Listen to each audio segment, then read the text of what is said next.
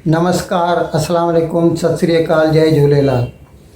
मैं हूं जी प्रेम मटलानी और आप देख रहे हैं हालत हाजरा का प्रोग्राम। हकीकत ये है, प्रोग्राम की इब्तिदा में आपसे दरख्वास्त है कि मेहरबानी फरमाकर हमारा चैनल ज़रूर सब्सक्राइब कीजिए।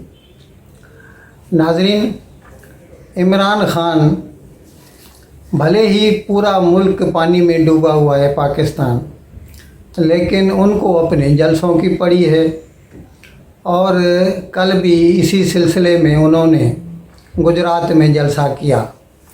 वो जो पाकिस्तान मुस्लिम लीग कायद ग्रुप वालों का गढ़ है वहाँ पर, और उन्होंने फिर से वही धमकी आमीज़ लहजा इस्तेमाल किया और कहा बैक ऑफ, पीछे हटो।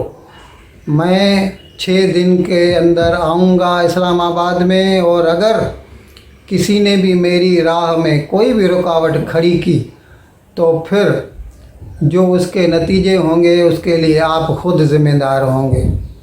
ये है जनाब इमरान ख़ान की ज़ुबान। और बाकी तो वैसी वही बातें जो वो हमेशा से करते आए हैं कि ये इम्पोर्टेड गवर्नमेंट है और मुल्क में इस वक्त IMF का हुक्म चल रहा है। बकौल उनके इंटरनेशनल मॉनेटरी फंड जो है ना, अब ये बताने से गुरेज कर रहे हैं कि जब वो जा रहे थे अप्रैल 22 में, तो उससे पहले उन्होंने, इमरान खान की गवर्नमेंट ने IMF से मुआहदा किया था जिसमें उन्होंने इस बात की यकीन दहानी कराई थी IMF को कि जैसा IMF कहेगी वैसा ही पाकिस्तानी सरकार करेगी। ये अलग बात है कि इमरान खान को जब लगा कि अब हमारी हुकूमत जाने वाली है तो उन्होंने IMF के साथ किए हुए जो भी वादे थे उनसे मुनकर हो गए और उनकी खिलाफ वर्जी शुरू कर दी। जैसे कि उन्होंने सब्सिडी, पेट्रोलियम प्रोडक्ट्स पर सब्सिडी देनी शुरू कर दी, या बिजली के नर्ख जो है कम कर दिए, और जिसकी वजह से फिर जो दूसरी हुकूमत आई PDM की, शहबाज शरीफ की, उसको तकलीफ़ का सामना करना पड़ा और हालत यहाँ तक हो गई कि मुल्क डिफ़ॉल्ट के दहाने तक पहुँच गया। ये तो शुक्र है कि वो क्या बोलते हैं, Sen council prevailed upon this new government, और फिर उन्होंने मरता क्या न करता के मिसदाक भाव बढ़ा दिए पेट्रोलियम वगैरह के, जैसा कि IMF का हुक्म था। ये तो सही है, लेकिन वो मजबूरी है क्योंकि मुल्क को डिफ़ॉल्ट से बचाना है, और कोरोना और उसके साथ साथ दूसरे जो है मसाइल, उसकी वजह से पाकिस्तान में बैलेंस ऑफ पेमेंट की पोजीशन बहुत ख़राब हो गई। तो पाकिस्तान को इस वक्त मतलब कंटिन्यूस गुज़रे 6 महीने से जो है ना वो डॉलर्स की अशद ज़रूरत है, और इसीलिए वो जो 7वीं और 8वीं किस्त थी IMF की 1.18, लेकिन मिला 1.16 बिलियन डॉलर मिला है IMF से। शुक्र है फिर भी मिला, अगर न मिलता तो यकीनन पाकिस्तान डिफ़ॉल्ट कर जाता। और शायद लग तो ऐसा ही रहा है कि जैसे ही इमरान खान को लगा कि उनकी हुकूमत जा रही है और फिर उनकी हुकूमत सचमुच चली भी गई, तो उन्होंने अपनी सही पूरी कोशिश की कि IMF का लोन पाकिस्तान को न मिले और पाकिस्तान डिफ़ॉल्ट करे, ताकि वो कह सके कि मेरी हुकूमत अच्छी थी।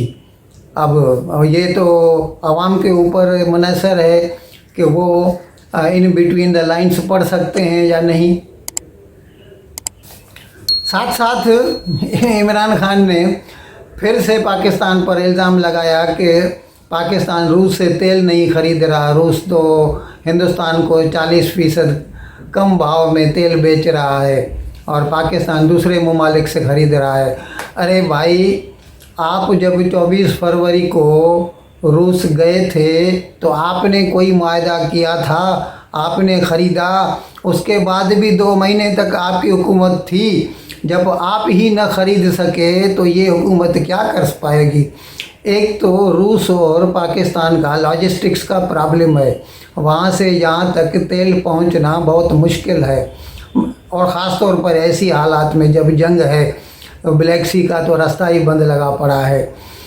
तो ऐसे में इनका ये कहना कि पाकिस्तान की ये मौजूदा हुकूमत ज़िम्मेदार है इसके लिए कि वो रूस से नहीं खरीद रही, ये कहना बेबुनियाद है और हकीकत से कोसों दूर है। अच्छा, आपने रूस तो छोड़िए, ईरान से क्यों नहीं ख़रीदा? ईरान से तो आराम से आ सकता है, ईरान से तो सीधे टैंकर आ सकते हैं। पाकिस्तान ज़रूरत भी नहीं है कि वो पानी के जहाज़ से जो शिप टैंकर होते हैं उससे तेल मंगवाएं, वो सीधा सीधा जो है ना बाय रोड भी आ सकता है ईरान से। और जहाँ तक हमें इल्म है कि ईरान से स्मगल तो होता ही है पाकिस्तान में तेल, लेकिन सरकारी तौर पर पाकिस्तान ईरान से नहीं ख़रीदता क्योंकि ईरान के ऊपर सैंक्शंस लगी हुई हैं। और इस लिहाज से पाकिस्तान नहीं चाहता, मतलब ख़ुद इमरान खान भी नहीं चाहते थे कि वो अमेरिका के मतलब नज़र में आ जाएं और पाबंदियां तोड़ें उनकी, और हो सकता है फिर उसके ऊपर भी, पाकिस्तान के ऊपर भी पाबंदियां लग जाएं। नाजरीन, FIA की तहकीकात से मालूम हुआ है कि 2013 में जो मरकज़ी इंतखाबात हुए थे पाकिस्तान में, उसमें PTI ने यानी पाकिस्तान तहरीक इंसाफ ने, जो इमरान खान की जमात है, उसने वो जो अबराज ग्रुप था इंग्लैंड का, जिसके आरिफ नकवी मालिक हैं और जो आजकल जेल में हैं मनी लॉन्ड्रिंग के केसेस में, उनसे इन्होंने वो जो वुटन क्रिकेट लिमिटेड कंपनी कायम की थी उसने, और फिर उसने इनको इमरान खान को पैसे दिए थे। तो 2013 में भी उनसे FIA की तहकीकात के मुताबिक मालूम हुआ है कि PTI ने पैसे वसूल किए थे, जो कि PTI ने अपने जो है वो जो इलेक्शन कमीशन को जो रिटर्न देते हैं या उसमें जो गोशवारे भरते हैं उसमें इन्होंने उसका कोई ज़िक्र नहीं किया। अभी देखें इसके ऊपर भी केस बनेगा तो फिर चालान कर दिए जाएंगे वो। नाजरीन, शहबाज गिल आजकल अडियाला जेल में है और जुडिशल कस्टडी में है। तो उसने कुछ रोज़ पहले सेशन कोर्ट में अप्लाई किया था ज़मानत के लिए, तो उसकी बेल एप्लीकेशन रिजेक्ट हो गई, ज़ामीन नहीं मिला उसको। तो कल उसने फिर इस्लामाबाद हाई कोर्ट में जो है वो बेल एप्लीकेशन डाली, तो अभी वो जमा हुई है। शहबाज गिल की जो इस्लामाबाद हाई कोर्ट में बेल एप्लीकेशन दाखिल की है वो रजिस्ट्रार ने जमा कर दी है और उसको 1-2 रोज़ में उठाया जाएगा और फिर वकला अपने अपने दलाल देंगे और फिर देखें क्या होता है, इस्लामाबाद हाई कोर्ट से उसको ज़मानत मिलती है या नहीं। नाजरीन, आपको हमने बताया था कि पेमरा ने यही जो शहबाज गिल का जो इंटरव्यू उन्होंने नशर किया था ARY न्यूज़ ने, तो पेमरा ने जो है ARY न्यूज़ की नशरियात पे पाबंदी आयद कर दी थी। तो फिर ARY न्यूज़ ने पहले तो सिंध हाई कोर्ट को रुजू किया और सिंध हाई कोर्ट ने हुक्म भी दिया था कि उसकी नशरियात रिस्टोर की जाएं, वापस चलाई जाएं, तो फिर भी नहीं हुई। तो 2 रोज़ के बिल फिर इस्लामाबाद हाई कोर्ट में उन्होंने अब दाखिल की थी दरख्वास्त। इस्लामाबाद हाई कोर्ट ने परसों माने 2 रोज़ के बिल जो है ना उसकी मंजूरी दे दी और पेमरा को हिदायत की थी कि फ़ौरन ARY न्यूज़ की जो नशरियात हैं वो रिस्टोर की जाएं, शुरू कर दी जाएं। तो इससे कल से ARY न्यूज़ की नशरियात शुरू हो गई हैं।